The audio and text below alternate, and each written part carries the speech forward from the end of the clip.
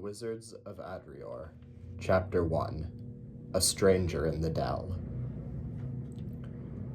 'Tis very well to dwell in the dell, so went the old song. And indeed the dell was a very good place to live. One of the last great market towns in the Eastland, always hustling and bustling with noise and chatter no matter the time of day. Everyone in the dell had work expected of them. Some were tinkers, bankers, and smithers. Others were carters and merchants. Let it be sufficient to say that everyone who dwelt in the dell had a job to do, even the children.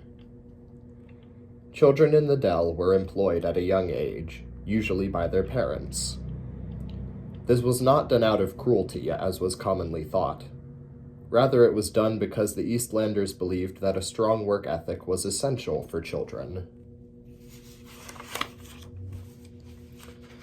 Umber and Penryn Folamouth were two such children.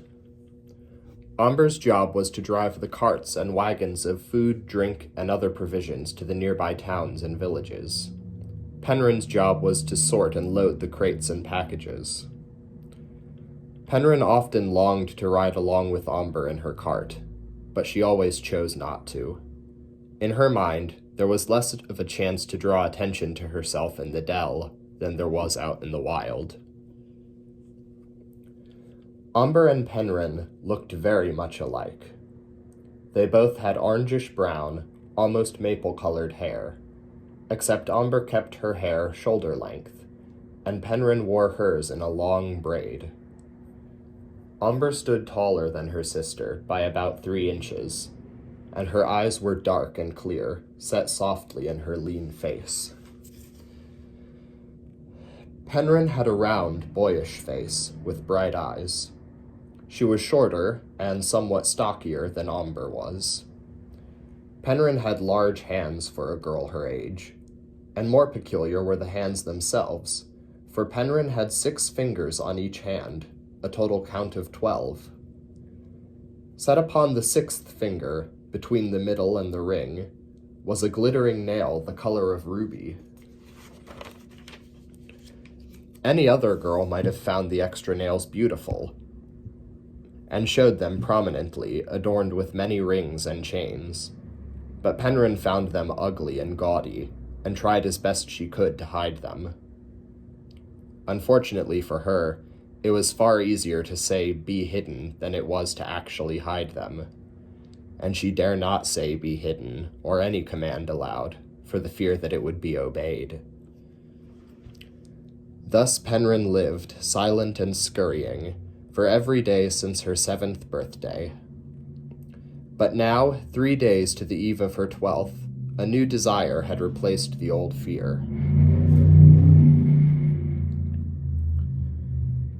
Penryn opened her eyes and blearily looked around the room she shared with her sister.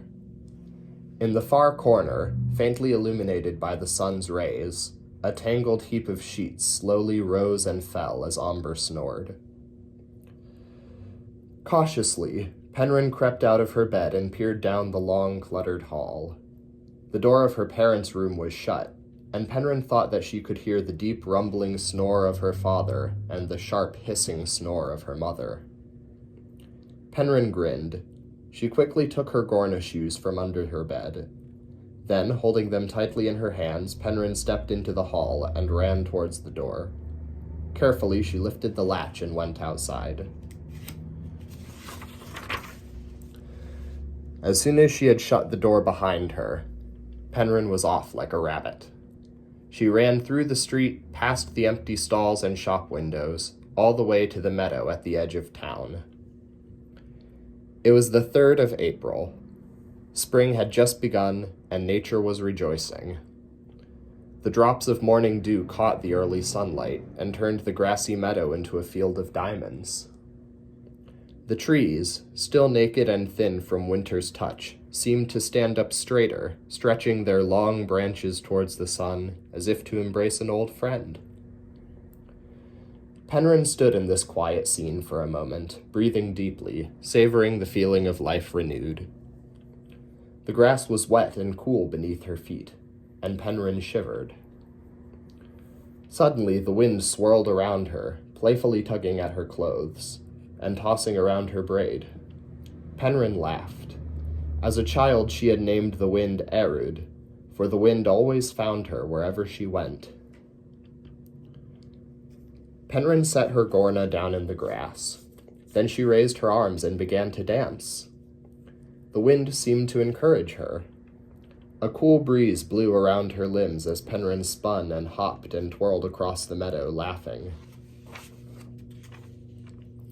After a long while, Penryn collapsed into the grass, sighing happily and giggling. And there was Omber standing over her, with sparkling eyes and beaming smile. "Hello, sister," said Penryn, greeting her sister in her usual fashion. Omber returned the greeting and pulled Penryn onto her feet. After a short embrace, Omber stepped back and smiled.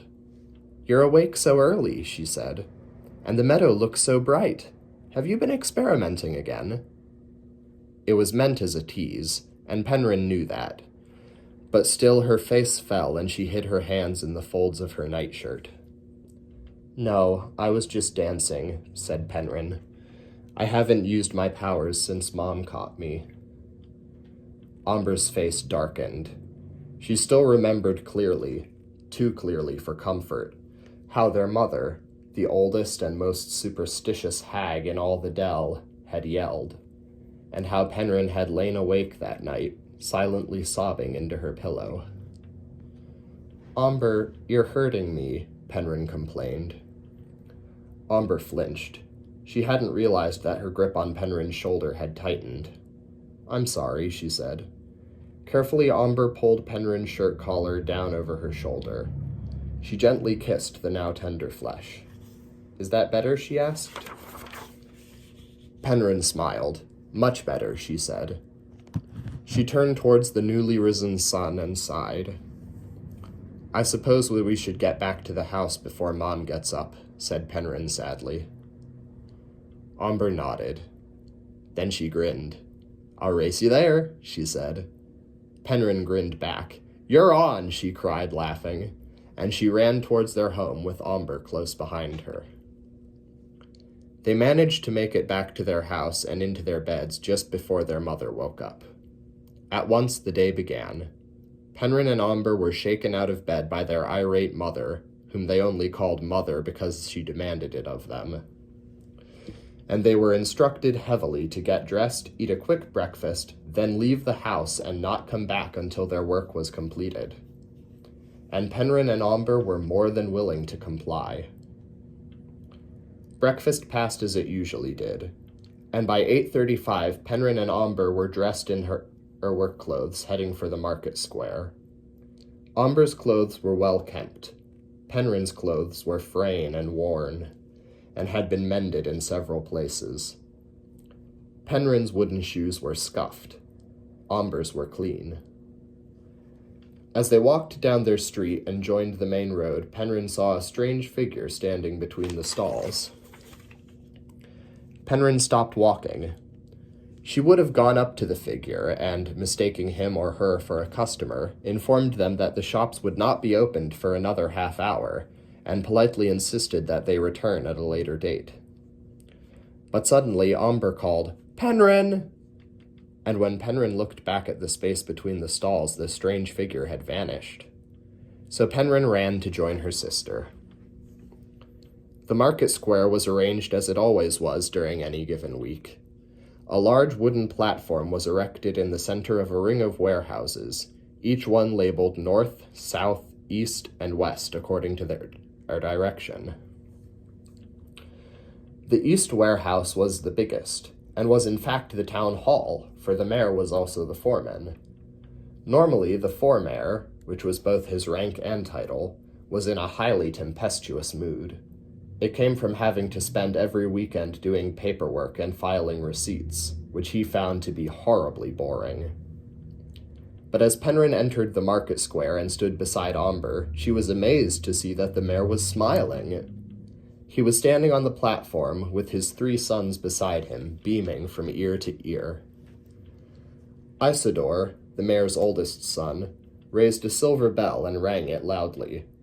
Quiet, please, he hollered. My father has an important announcement for you all. The noise and chatter died instantly. The mayor stepped forward.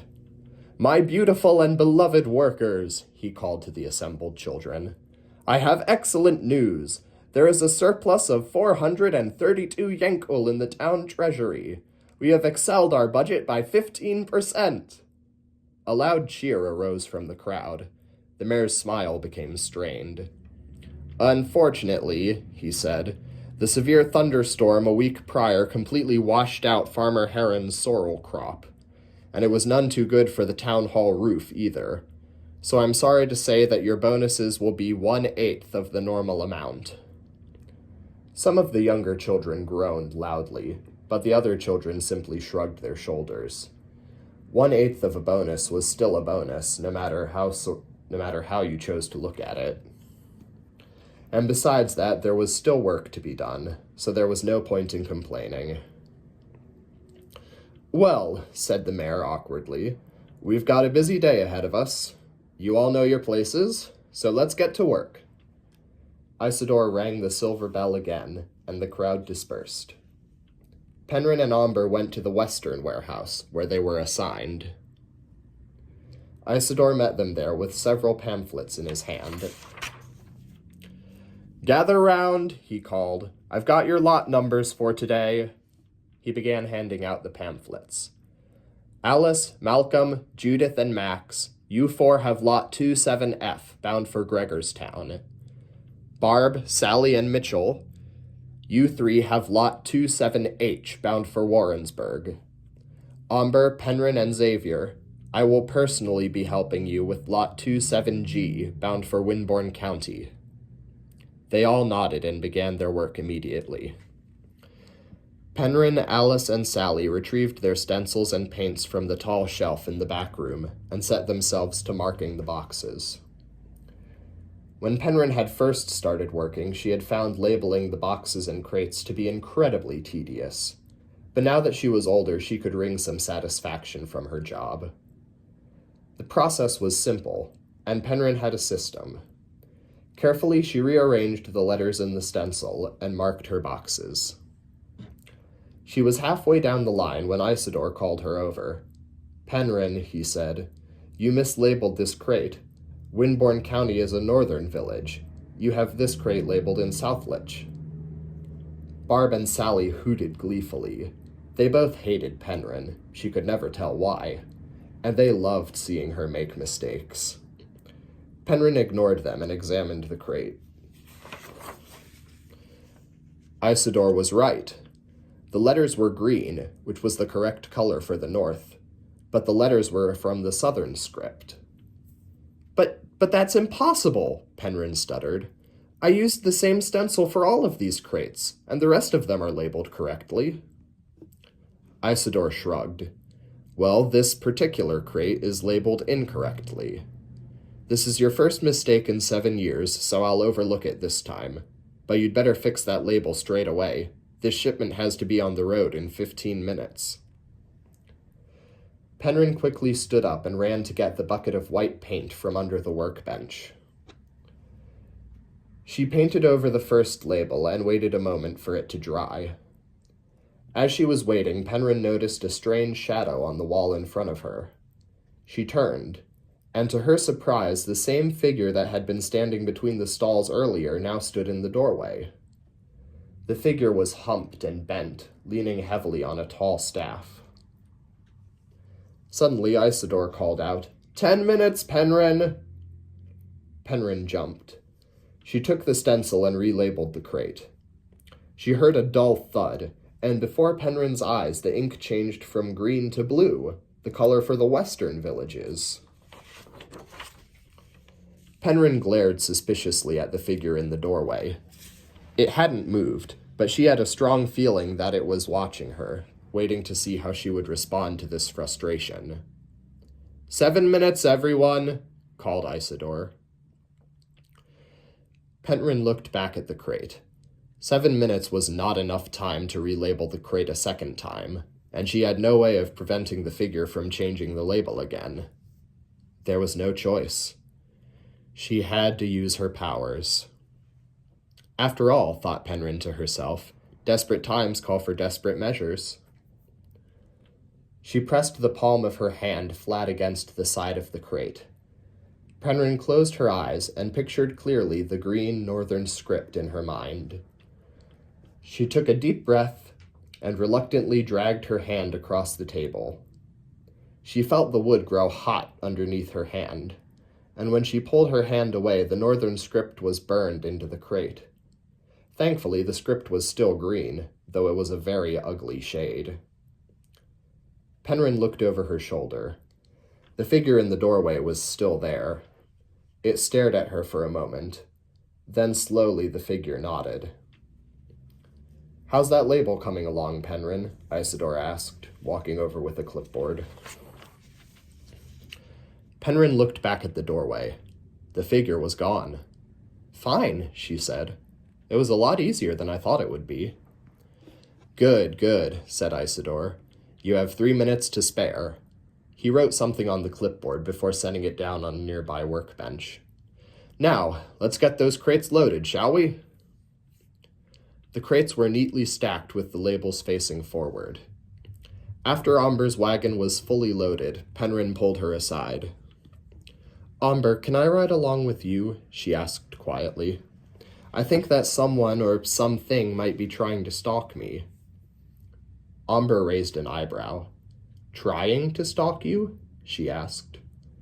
"Well, I say trying," said Penryn. "If it is, it's not doing a very good job." She hesitated before she spoke again. In the Dell, telling someone that they were not doing a good job without evidence was considered to be a capital offense. "It keeps standing out in the open, right where I can see it." "What does this thing look like?" Amber asked. "It's short and crooked," Penryn replied. "It's wrapped in a faded cloak, or a robe, maybe. And it has a staff." Amber patted Penryn's shoulder. "It's probably just an old fairy or a magician. Don't worry, they can't hurt you." Penryn shook her head. "Amber," she said, "it knows about my powers. It kept changing the label, so I used my powers to make the label permanent. It saw me, and it nodded." Amber's face went white. She looked around quickly, then she bent down to Penryn's ear. "Listen to me very carefully. If this thing tries to take you away, say this phrase aloud. Ain druk zitronelo quo. Do you understand me, Penryn?" "But can't I come with you?" Penryn asked. She was worried. A look of pain crossed Amber's face. "I'm sorry, Penryn," she said. "You have to stay here. I'll be back as soon as I can." She drew Penryn close and kissed her forehead. Penryn nodded sadly. She let go of Amber's shirt and watched as Amber retrieved her horse from the ostler. Amber's horse was named Blackmane, but she was sometimes called Yellowpelt or Brownhaunch, for her coloring was very odd. Blackmane had been Amber's horse for longer than anyone living could remember. Far longer, indeed. The only person who could touch her safely other than Amber was Penryn, whom she adored. As they hitched her to the cart, Blackmane stretched out her long neck and nuzzled Penryn's face, whickering softly. Penryn pressed her face into Blackmane's pelt. She inhaled deeply, savoring the comforting smell. Then she stepped aside. "I'll be back before sundown," said Amber. She hugged Penryn one last time and then mounted her cart. "Kraka!" she said, and Blackmane pulled the cart towards the main road. Penryn distantly heard Isidore calling, "That's all for Shift 1. Shift 2 will begin in 35 minutes. But she paid him no attention. Penryn followed Amber and Blackmane out of the warehouse and walked silently alongside them. Amber did not admonish her. When they came to the front gate, Penryn stopped and watched Amber's cart join the caravan as they drove down the road. She stood by the gate for a short while, listening. It had never been more apparent how quiet the dell became when there was no one doing any work. Penryn sighed and turned back towards the dell. She was halfway back from the gate when Penryn encountered the figure again. Its cloak was stained and threadbare, and its staff was faded. Around the staff, about 3 inches from the top, there was an inscription set in a band, which Penryn could not read. "Penryn Fallamouth?" the figure asked. Penryn shuddered. The figure's appearance was not very frightening now that they were out in the open light, but his voice more than made up for the lack of darkness.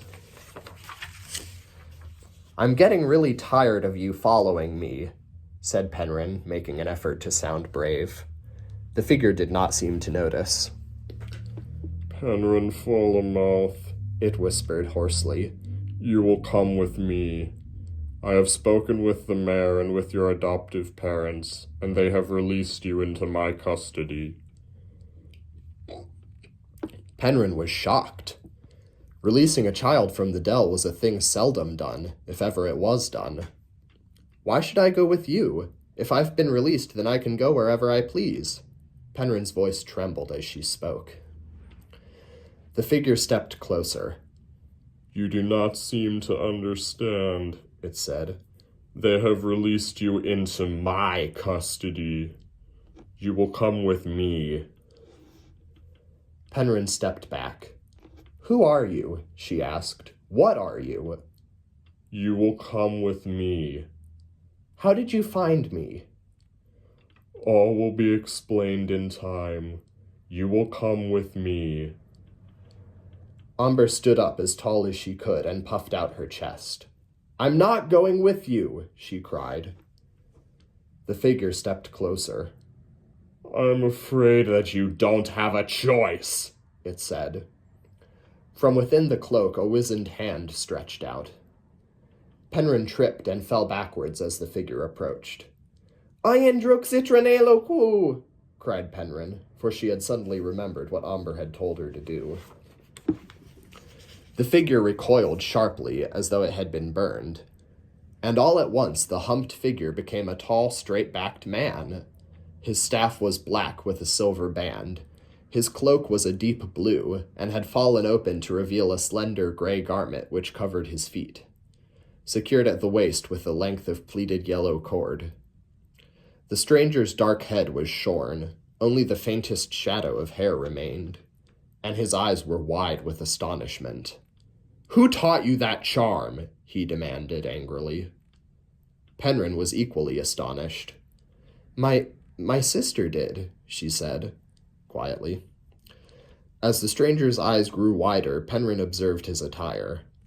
"Are you some kind of magician?" she asked. The stranger bristled indignantly. "Certainly not," he said. "I am no mere charlatan. I am Theltork, personal emissary of Helkyo, the first sorcerer. I was sent to retrieve you, although it seems this will be no easy task." "You're a wizard?"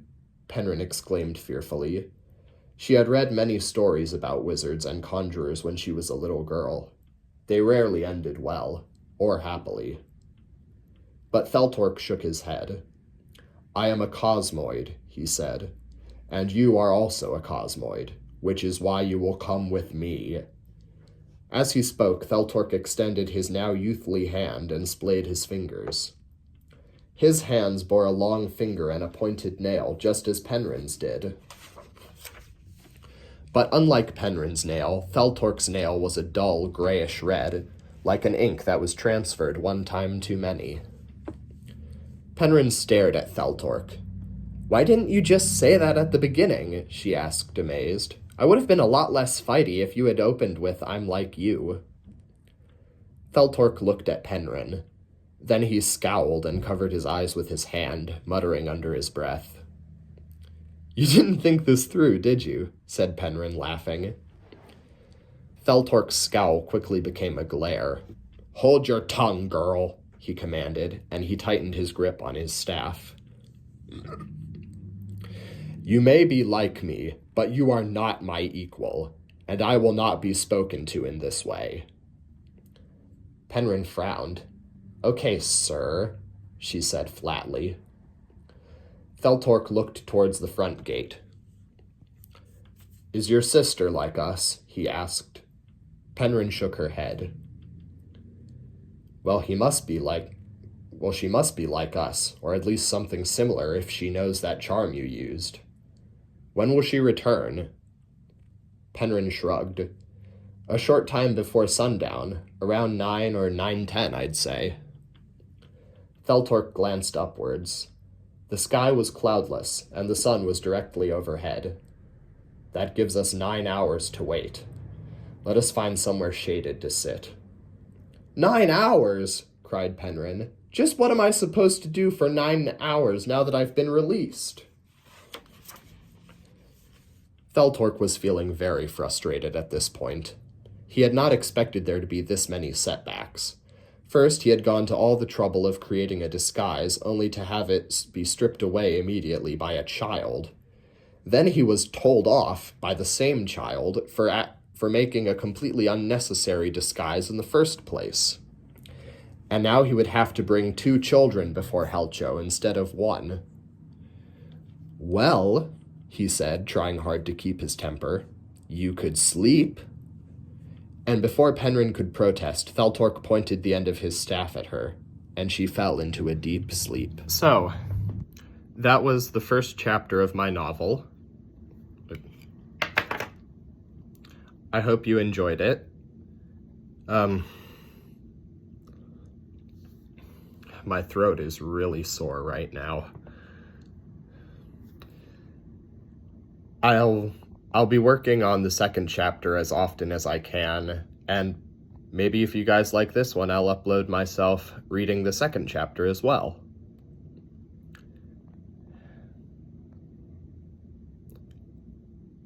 I'm not sure what to say next.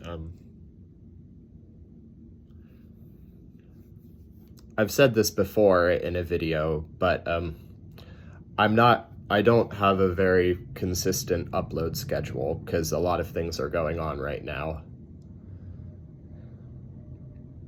But I will be uploading whenever I can, and thank you all in advance for your patience. Thank you, and have a good day.